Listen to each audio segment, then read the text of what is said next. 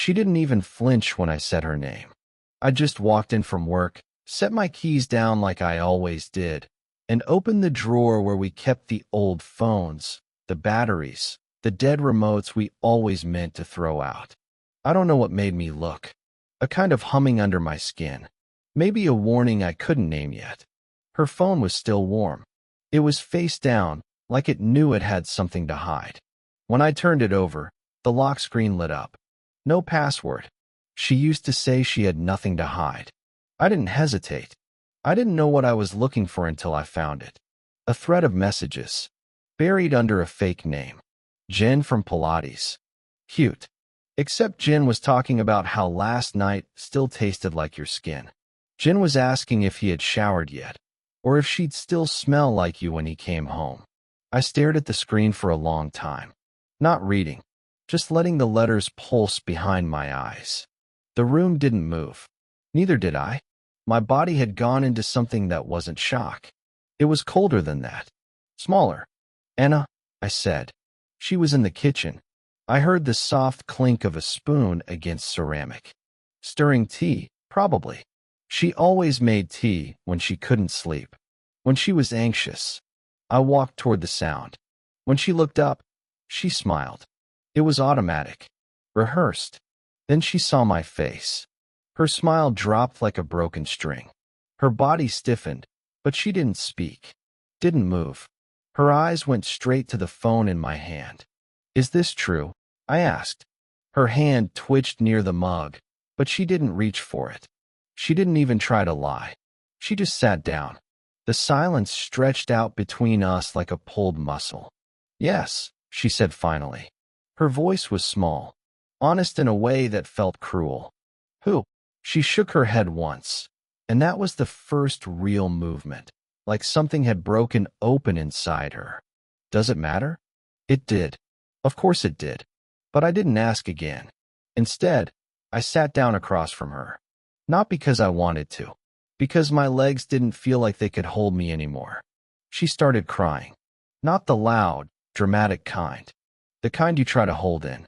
Her shoulders curled in on themselves, and her face crumpled like she was 10 years old again, and someone had just told her the world was going to end. I didn't speak. She did. I was so tired, she whispered. All the time. I'd lie awake at night and feel like I was floating just above the bed. Not in my body. Like if I moved, I'd shatter. I said nothing. It wasn't about him, she added. He wasn't anything. Just easy. He didn't ask anything of me. He didn't notice if I was empty. You always notice. You always ask. My voice finally came back, like it had to be dragged up from somewhere deep. And that's a bad thing? No. Her eyes met mine for the first time. It's a real thing. You're real. You see me. But I don't want to be seen like this. The silence returned. Then she told me about the winters in her childhood home. The radiator that barely worked. How she used to sleep in socks, so thick her toes went numb anyway. Her father's drinking. Her mother's silences. The sharp sound of porcelain breaking in the sink, night after night, and how no one ever cleaned it up. I never learned how to live in a warm house, she said. Not really. Not without guilt. Her voice cracked. You were too kind. I didn't know what to do with it. Something shifted then. Something I still don't understand. I reached across the table and took her hand. She flinched, not because she didn't want me to, but because she didn't believe I still could. I'm sorry, I said. She shook her head, tears dripping into her tea. Don't. I mean it, I told her. I'm sorry you felt so alone. And I was sorry. Sorry she was hurting. Sorry she had that childhood. Sorry she'd carried it into our marriage like a sickness that no one ever treated. But also, sorry that I wasn't enough to make her feel safe. The next morning, I took the day off work. She stayed in bed. I made her breakfast. Sat beside her in silence. She leaned into me like a child trying to fall asleep on a long car ride. She didn't say thank you. She just cried until she couldn't anymore. And in the days that followed, I didn't yell. I didn't accuse. I didn't leave. I held her. I took the pain she gave me and I held it like it was mine. But she stopped looking at me the way she used to. And slowly, I started to understand something terrible. She didn't stay because she loved me. She stayed because I made it too easy for her not to feel guilty.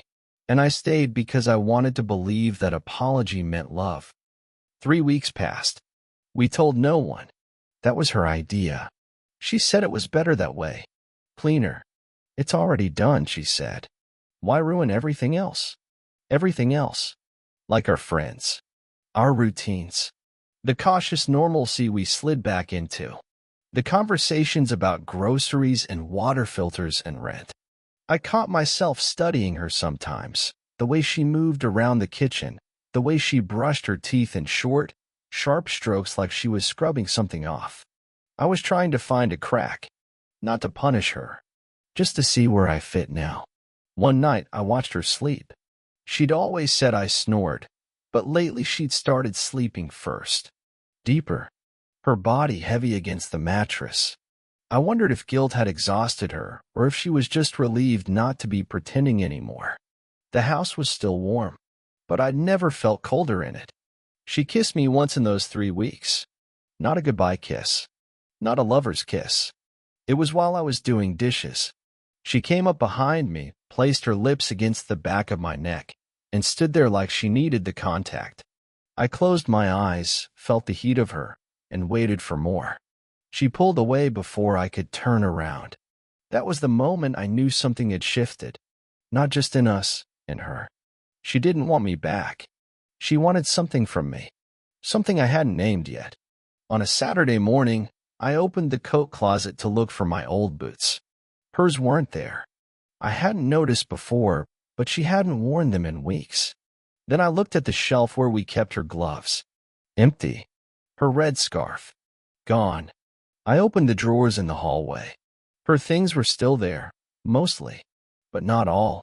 Her gym bag, the one she used to take everywhere, hadn't moved. I peeked inside. Empty. Not packed. Not forgotten. Just symbolic.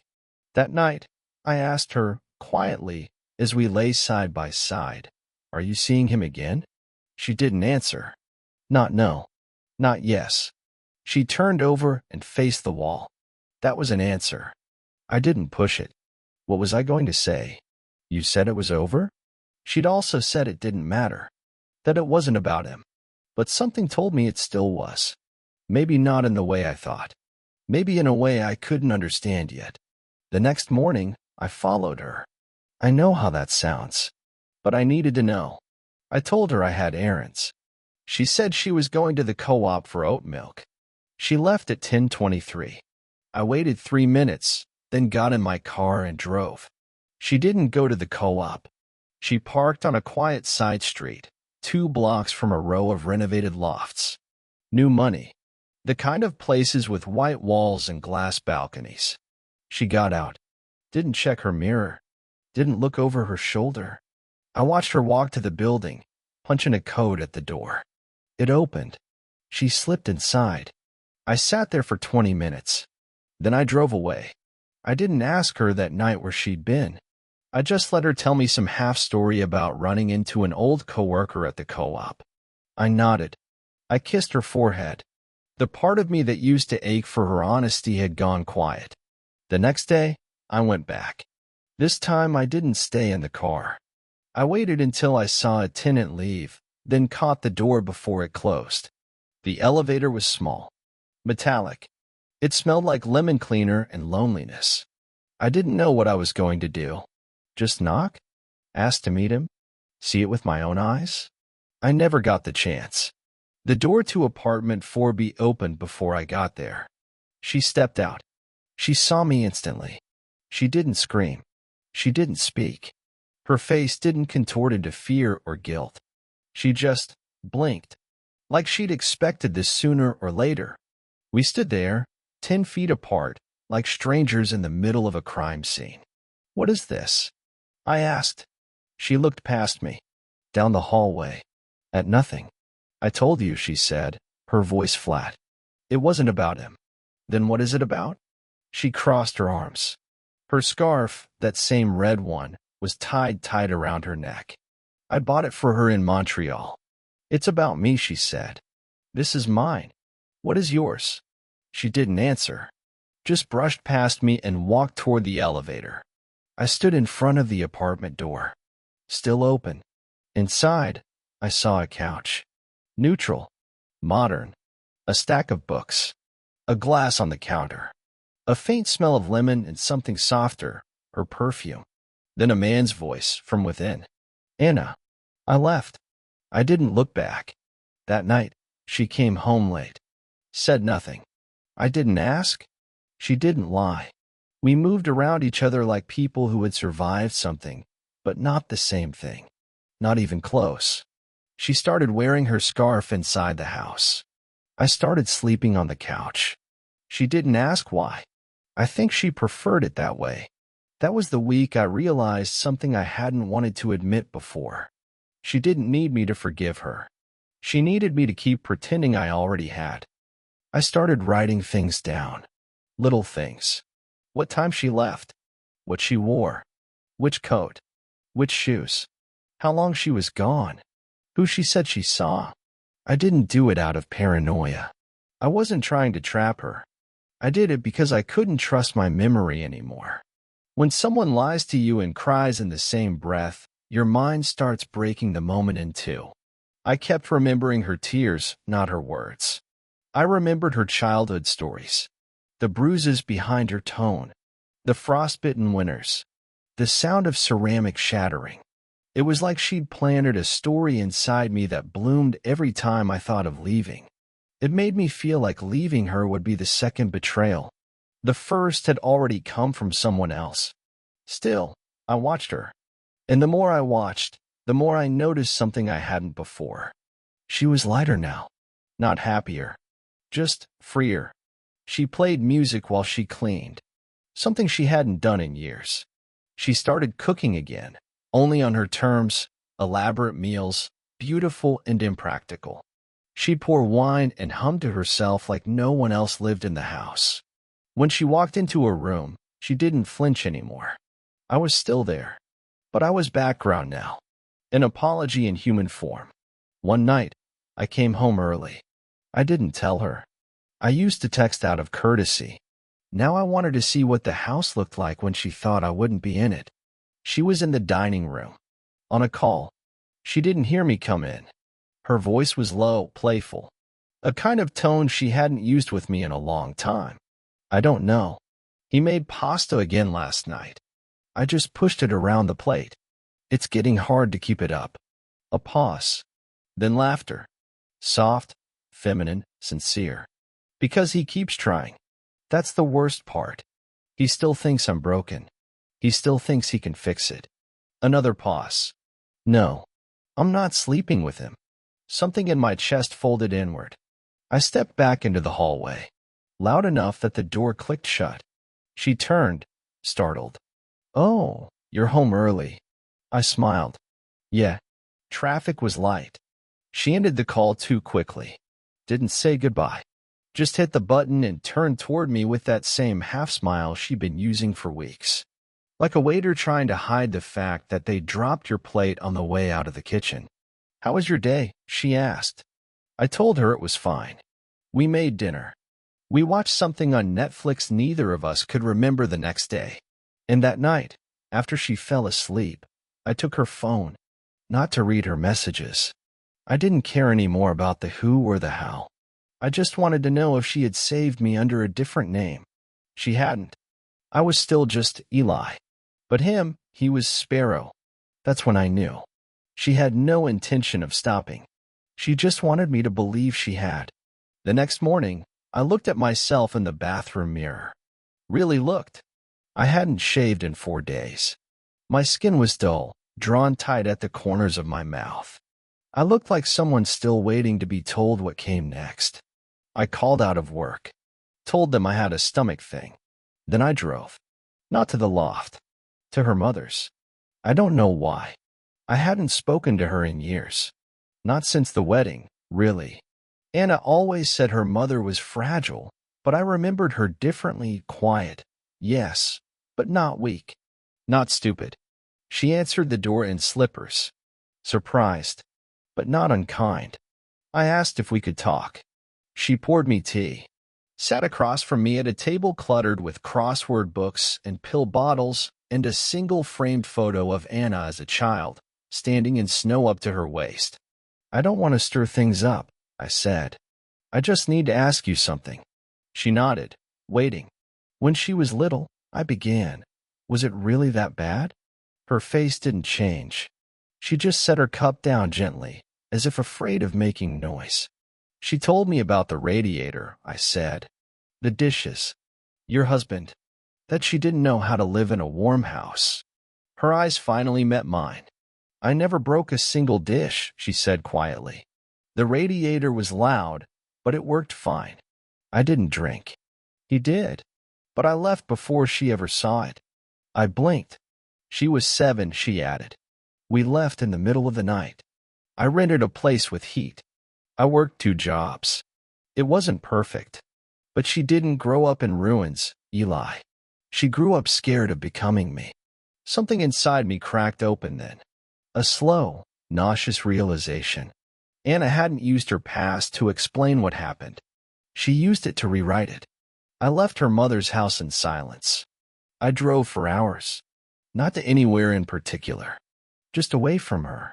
From myself. From the house that now felt like a museum for a version of us that never really existed. When I finally came home, the lights were off. She was sitting on the couch. She looked up at me and smiled. That same rehearsed smile. You okay?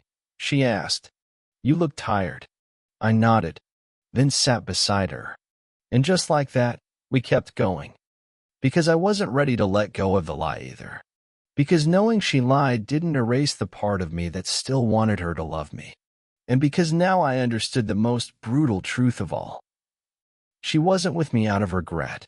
She was with me out of convenience. Because guilt is easier to live with when someone else carries it for you. By the end of October, the house stopped smelling like her. Not completely. Traces lingered, the scent of eucalyptus in the shower, the citrus hand soap she liked from that little store in town. But something essential had gone. Like the air itself had turned neutral. Sterile. I didn't realize how much of our life was propped up by performance until she stopped pretending. She moved like someone who'd made peace with her decisions. She took longer showers. She played music again, not for us, for herself. She danced while she cooked, just a sway of the hips, subtle, barely their movements. But they weren't for me. They weren't even for him. They were for a version of herself that didn't have to explain anything. I started leaving the house more. Not to escape her, but to see how it felt to be somewhere she wasn't. I'd sit at this little bar near the train station. Dark. Quiet. The kind of place where the bartender remembers your drink by the second visit. I'd bring a notebook sometimes, the one I used to carry back when I still thought I'd write a novel one day. It stayed mostly blank now. One night I wrote this. She is not lying to you, Dot. She is living in a room you are not allowed into, Dot. She weeps at the door when you knock, Dot.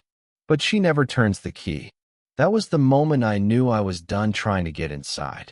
I didn't confront her about the apartment again. I didn't ask if she still saw him. I didn't need to. Some betrayals don't hide behind shadows. They wear your clothes. Sleep in your bed. That week, I noticed something strange. She'd started working late again. Said she was helping on a project for the firm. She'd come home with takeout containers and work folders.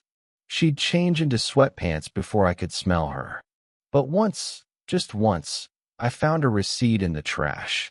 It was folded small, like she meant to pocket it and forgot. Not from a restaurant. From a jewelry store.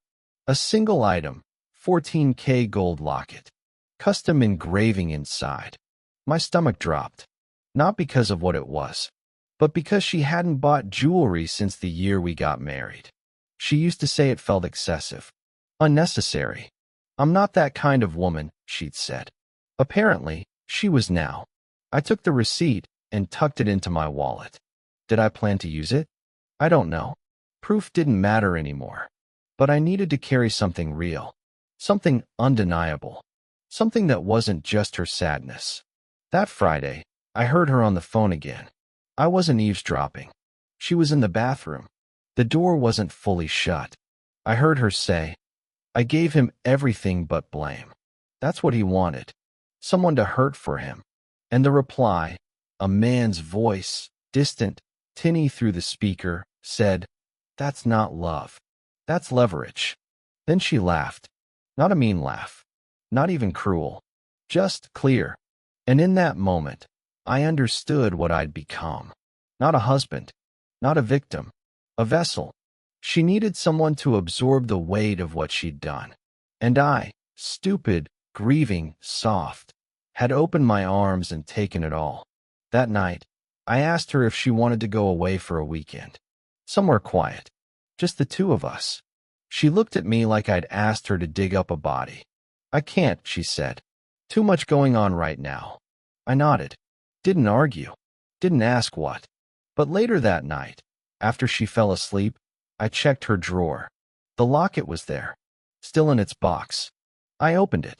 Inside, the engraving was simple. 3 words. No one knows. I held it in my hand for a long time. She hadn't given it to him yet. Or maybe she never would. Maybe it wasn't for him at all. Maybe it was for herself.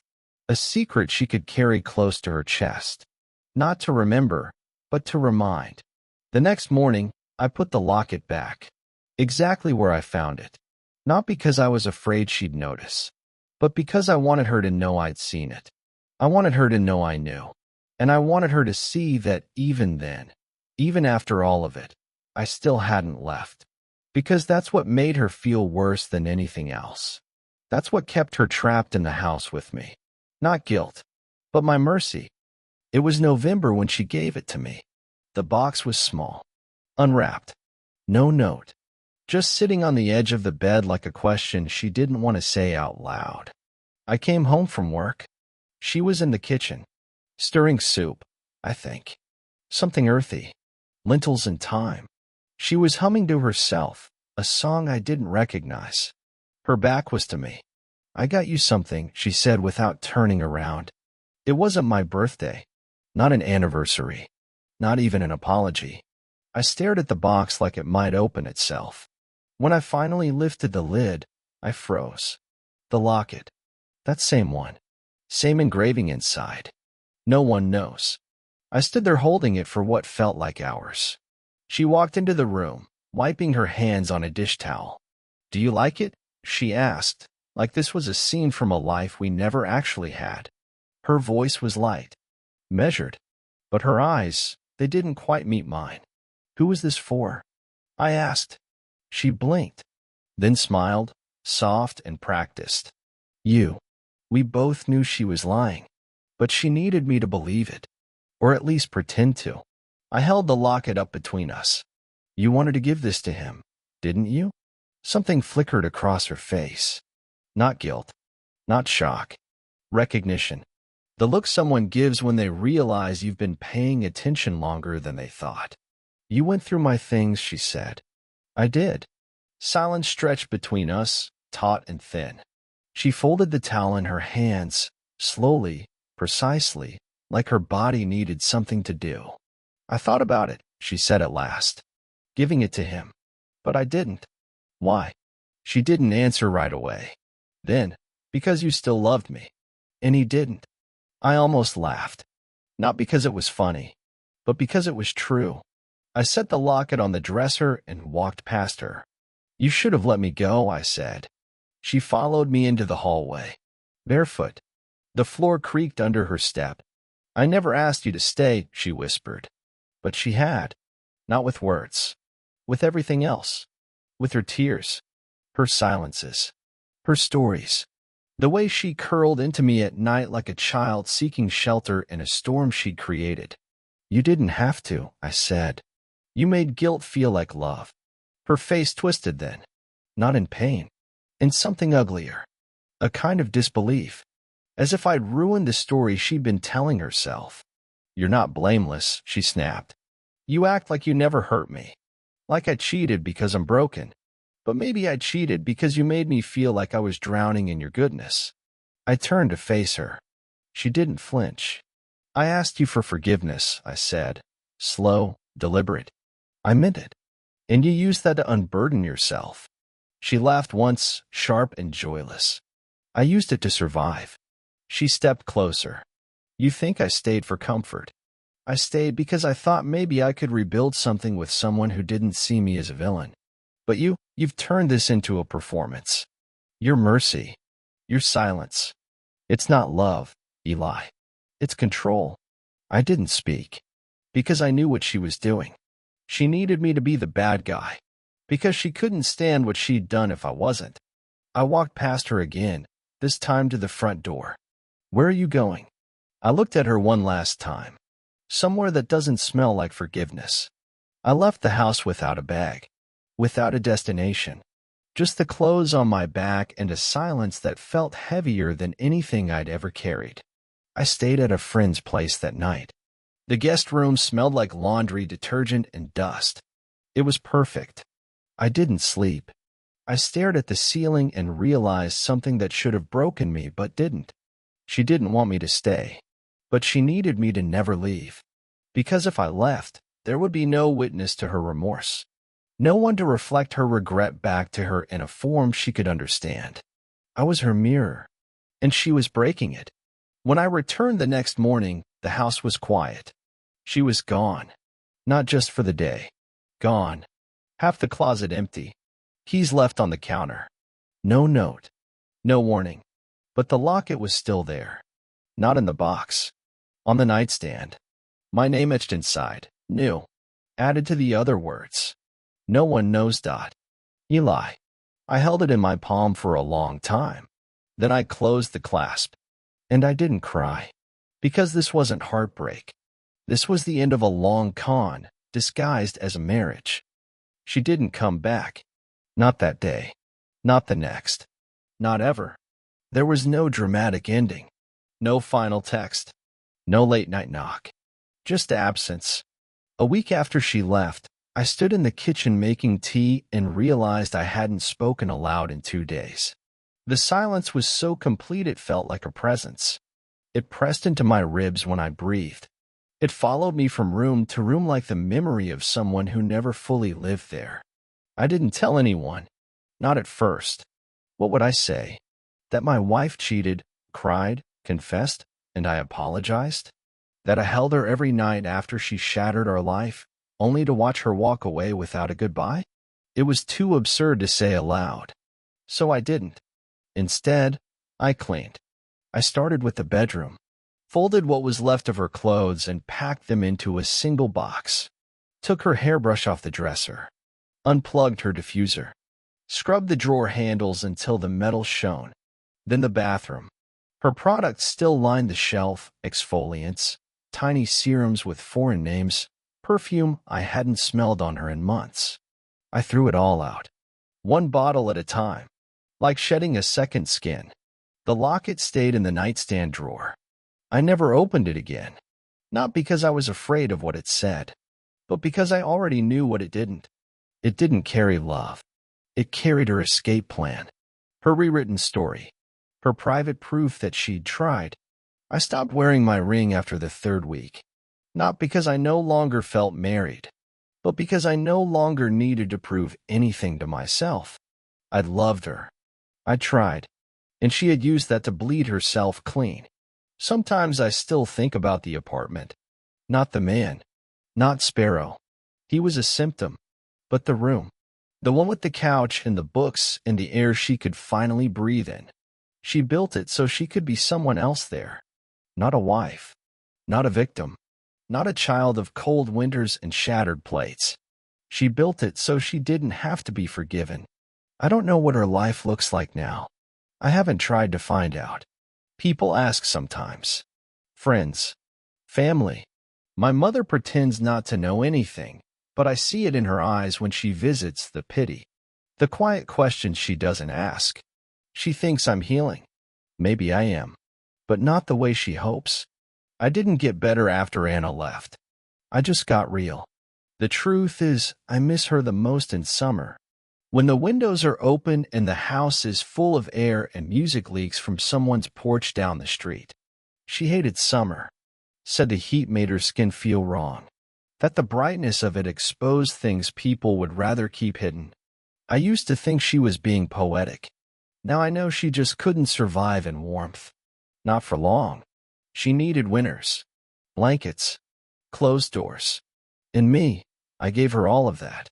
I wrapped her in absolution and called it love. But I see it now. She didn't leave because she stopped loving me. She left because I kept loving her after I shouldn't have. And that was a truth she couldn't live with. So she left it behind. Let it dry out in the air. Let it crumble. And I let her. Because mercy isn't always a virtue. Sometimes it's just a quiet way of saying, go. I won't stop you. But I'll never lie for you again. Thanks for watching. If this story pulled you in, make sure to subscribe and hit the bell so you never miss the next confession. Until next time, take care and watch who you trust.